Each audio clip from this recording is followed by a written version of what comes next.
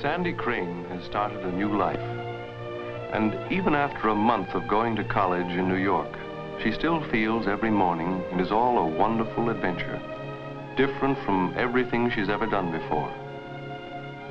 Because Sandy is just beginning, she is especially aware of the people around her, especially conscious of the enormity of the world ahead of her.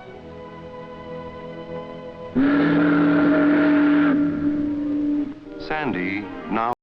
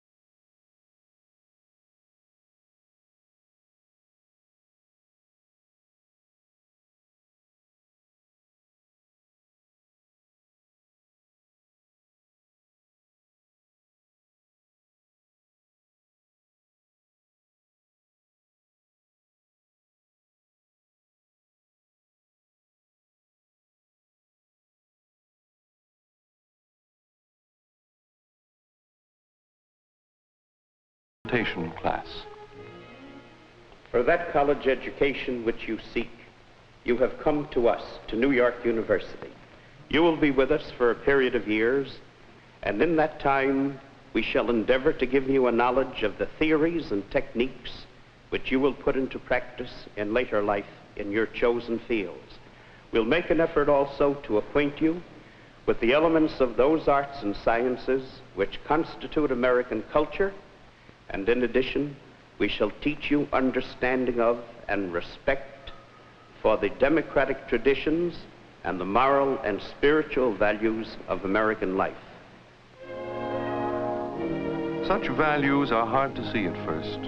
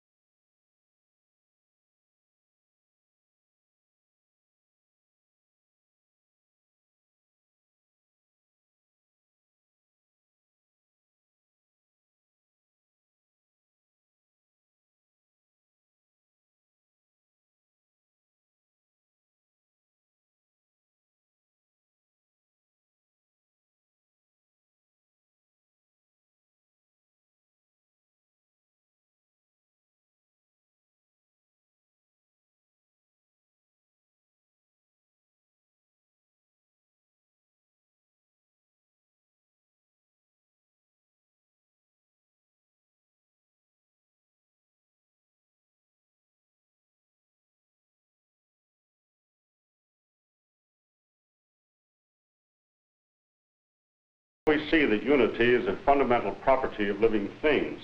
Lights, please. There are those who say there is an analogy between these insects, unitedly performing the task laid down by their structure, and the cells of a living body, toiling for the greatest good of the whole.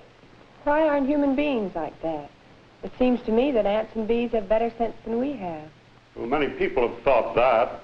If unity is so important, they say, why not model human society on the beehive? Because it wouldn't be any fun. All they do is work. Yes, but on the whole, theirs is a very peaceful society.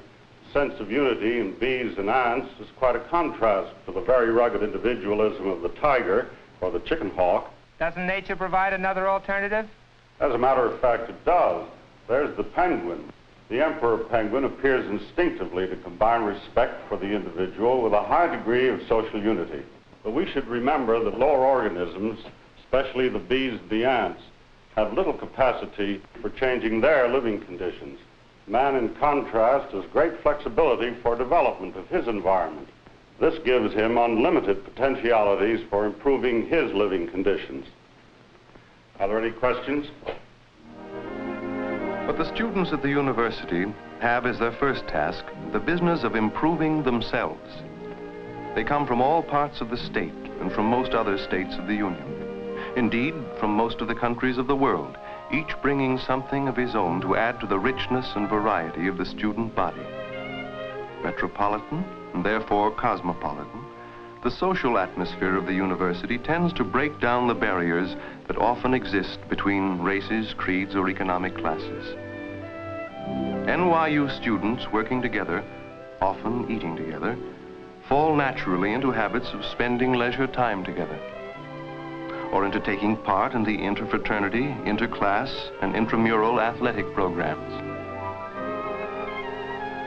One of the university's most important roles is to help the students learn sound habits of relaxation and recreation. And so it provides the facilities which young people need for trying their skills and learning to perfect them. That is why the sports program of NYU accents informal competition. That is why the playing fields at University Heights are usually filled with students for whom athletics are a part of college life, rather than a reason for it. Some of them make the varsity squads, of course, and represent their school in intercollegiate competition. But the famous Violet teams are only publicized aspects of an athletic program available to every student in all of the schools of the university. The buildings of NYU in many parts of the city are as varied as the purposes for which they are used. Some of them are libraries, where a big part of education is training in finding things out for oneself. In other words, is learning to learn. For the young student is not trained to memorize facts, but rather to know where to find them and how to interpret them and use them when he does find them. Some students who want to be near the city prefer the atmosphere of the spacious NYU campus that occupies the ridge high over the Harlem River. Here they find the sense of leisure and quiet that is usually the mark of a college town. And although this college town has a population of 12 million, it has room in it for individual growth. It has time in it for the gradual development of each student's personal capacities. It has time for those most precious moments in a student's day, the moments when he seems to be doing nothing at all, the moments when he's thinking through, digesting what he has learned, when he suddenly catches a meaning that has been hidden from him. That's not as funny as it sounds. When people are disease-ridden and starving, they can be forgiven for devoting what energy they have to the struggle to survive. That's why the World Health Organization and Food and Agriculture Organization have been set up by the United Nations. But even if people are well-fed and healthy, that doesn't necessarily mean they're interested in democracy. Look at Hitler Germany. Something else, then, is necessary. Freedom. Freedom? Freedom to think. That's right. I think another thing that's needed is education. People need ideas. I would agree with that. What sort of ideas? Well, ideas about whatever would tend to make their lives happier and more satisfying. Good. What is basic, then, is a decent standard of living, combined with a freely available education. The kind of education that enables people to make choices and know what they're doing. To make laws that reflect the basic sense of right and justice of the community. Without these, a people loses hope.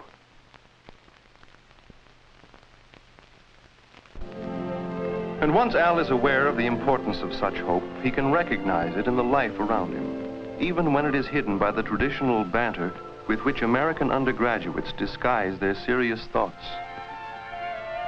Tom is an engineering student. Al cannot understand Tom's technical drawings, but he can appreciate Tom's ambition, so different from his own. I'm impressed. You ought to be. I've been knocking my brains out over this for weeks. What's this? Oh, it's nothing. I just want to see how the plane would look in flight. You're an artist. A fellow can draw a picture like that, doesn't have to mess around with a T-square and a triangle.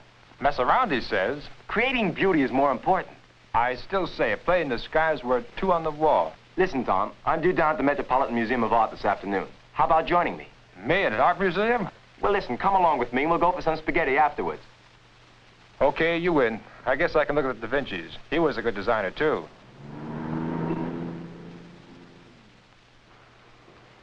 Tom, I'll grant that bridges, axe handles, and airplanes are both beautiful and useful.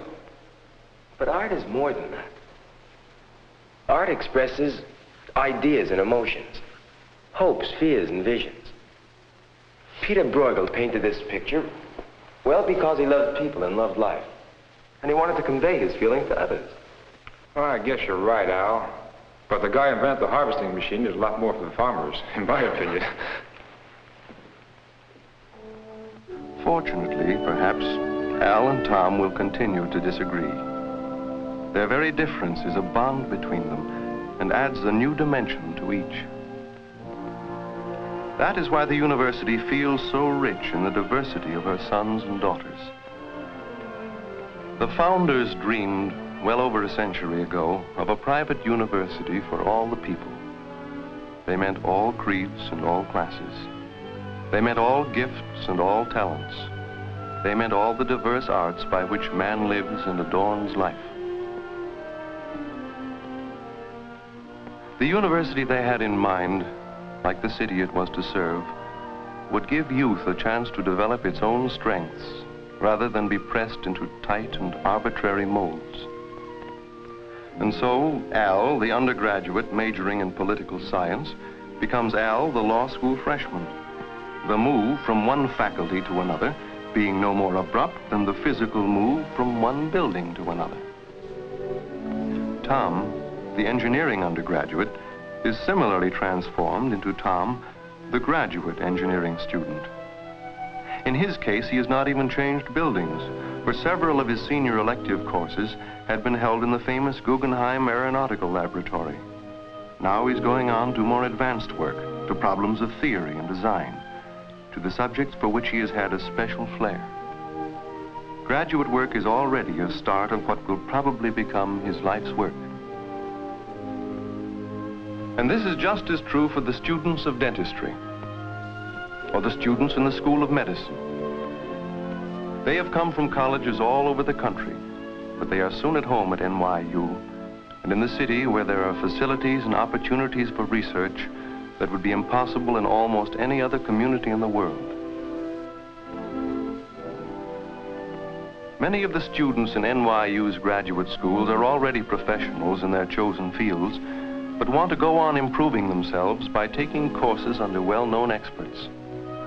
In fact, this is almost the rule for the thousands of students who use the university at night. These men are bankers during the day, but they come back to class at the Graduate School of Business near Wall Street 2 nights a week to listen to leaders in the world of management and finance, to learn the principles that underlie their daily activities. But Washington Square is still, in a sense, the center of university life. The Washington Square of Mark Twain, of Henry James, of O. Henry. It is like a campus nowadays, re-echoing to talk of cosines and of Alexandrine verse. What was once the center of the country's cultural life is still the center of a smaller, more concentrated intellectual pattern. Washington Square has changed with the times. As the society Edith Wharton once wrote about declined, new people came to live in the Greenwich Village that surrounds the square, and the university has become part of the new community life as it was part of the old. Sandy is a senior now in the School of Education. She practices the theory she is learning in a settlement house near the school building. This is a laboratory too, and the specimens are very much alive.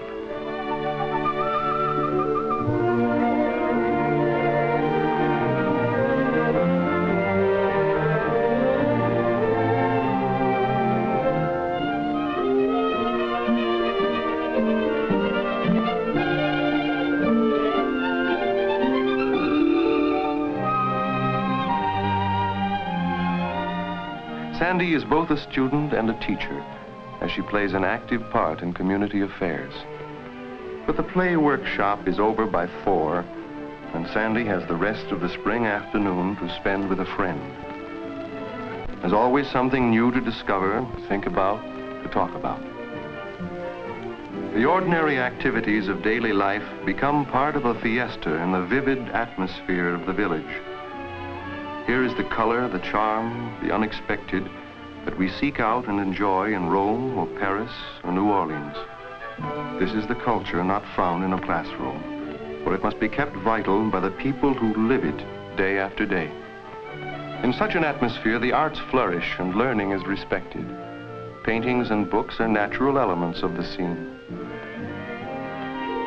So you don't pass a counter without instinctively going over the titles. Often you are rewarded beyond expectation.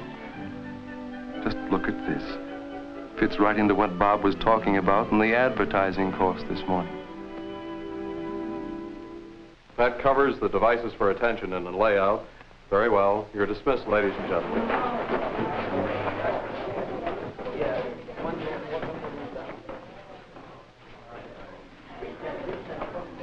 Dr. Sperry, could I talk to you for a moment? Of course, Bob. What's on your mind? This. I picked it up at a second-hand bookshop yesterday. In Cartier-Latin.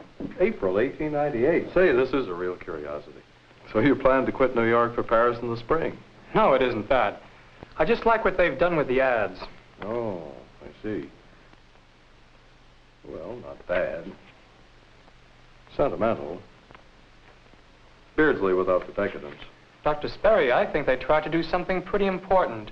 By having the ads designed by the same artists who did the illustrations, they gave the whole magazine a unified style.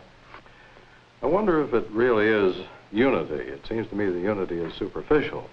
It may be that the fashion of the costumes and the drawings just gives the effect of unity. I think it's a terrific idea. A modern magazine with really modern designs and illustrations that achieved unity would be a sensation. Well, why don't you do something about it? Why don't you make a project out of it? A project? Yes. Do some research. Get some real answers to some real questions. What sort of questions? Well, for instance, you can make a poll of a cross-section of the public. Find out what they'd think of the idea. You mean walk up to people on the street? No. Go and see a couple of advertisers and see what their reaction is. Get some costs. Why'd I ever go near that bookstore? And when you get your layout finished, I'll send you up to see Mr. Coles in Look magazine. I'm pretty sure he'll give you an honest opinion of what he thinks of it. Thanks, Dr. Sperry. Thanks a million. Fine. Bye, Bob. Let me know how it works out. Bob's project is in the nature of an experiment. And like Sandy, he has the city as a laboratory in which to carry it out. It is hard to say what makes going to college in a big city so stimulating an experience. What gives the students the feeling of being in touch with the world rather than just learning about it from a distance? For one thing, since their campus has almost no physical limits, they live for 4 years in an endless series of changing environments, each complete, each different. But more than that, there is the day-to-day proximity to the people of the city, the people who are all peoples, the people who are intelligent and dull, rich and poor, selfish and kindly, serious and gay. It is because of the variety of its people that the city helps us to develop new tastes, tempts us to try new experiences, enables us to enjoy ourselves in new ways. The city, often called an education in itself, is even a more satisfactory educational experience when it is tied to the disciplines of formal learning, when it is the workshop where we see the ideas and theories applied to life. Economics is not dry when it has to do with real things that people want to buy or sell. Sociology is meaningful when populations become people. Culture comes alive when it is expressed in the dramatic terms of the theater. This is fun, but it is also language, communications, philosophy, anthropology. When we laugh or cry or are intrigued, we are also learning. the city can be a great arena where we comprehend the social forces that are analyzed in the lecture hall. Bob was at the familiar meeting place a few days later, but in a different mood. Hi.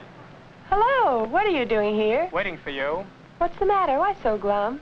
I got turned down. They think the idea smells. About the unified ads? Yeah. I went to 2 magazines. They didn't laugh at me or anything, but they gave me plenty of reasons why the idea was no good. Oh, that's a shame, Bob. I really thought I had something. Worst of it is, I have a date with Sperry this afternoon to tell him all about my glorious triumph. Say, will you come along and back me up?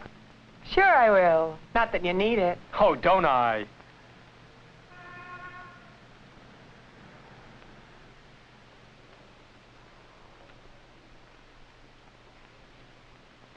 So they turned it down, eh, Bob? Oh, they were nice enough about it, though. They certainly should have been. It's a nice layout. They said so, too. But they told me I was kind of neglecting to see that advertisers are anxious to make people like their product, not the magazine. Well, you can't blame them for that, can you? No, but I don't see why they can't think of both. They do, Bob. The magazine has to sell or the advertising won't reach enough people. They both, the magazine and the advertisers, have a common purpose. You mean to try to get to as many people as possible? That's right. Then why not go all the way and use Bob's idea? Because that would rob the advertisers of their individuality. Uniformity alone is dull and monotonous. I think I'm beginning to get it, Bob. Remember that lecture we had in bio last year? The one when we talked about bees and tigers and penguins? The idea was that the penguins kept their individuality, but worked together for the common good. Well, I had a half-baked idea and it flopped. Not at all, Bob. Not at all. A failure like yours is pretty close to a triumph. There's nothing wrong with failure. Through failure, you learn what's first rate. After all, that's one of the reasons we go to college. Of course, so you can make mistakes where someone will help you correct them. But more than that, so that you can learn what's best and learn the best ways of achieving it. That's what the university is for. It's a giant memory. It enables us to build on the successes of our ancestors. And sometimes, Bob, on their failures. That is how all men have learned the hard lessons throughout the course of history. The Hall of Fame at New York University is full of men to whom success came after repeated failure. Men like Walt Whitman, who spent a lifetime revising his first book of poems. Or Abraham Lincoln, who won the presidency by losing a campaign for the Senate. There are men, too, like General Gorgas, a distinguished graduate of the university, and men like Samuel F.B. Morse, a brilliant member of the university's faculty. Their place of honor above the city is a fitting one. For the centers of all great civilizations have been great cities. And through its university, the strength and the vitality of a city are constantly renewed. Only through the development of the minds and talents of many, many individuals can the American dream come true, generation after generation.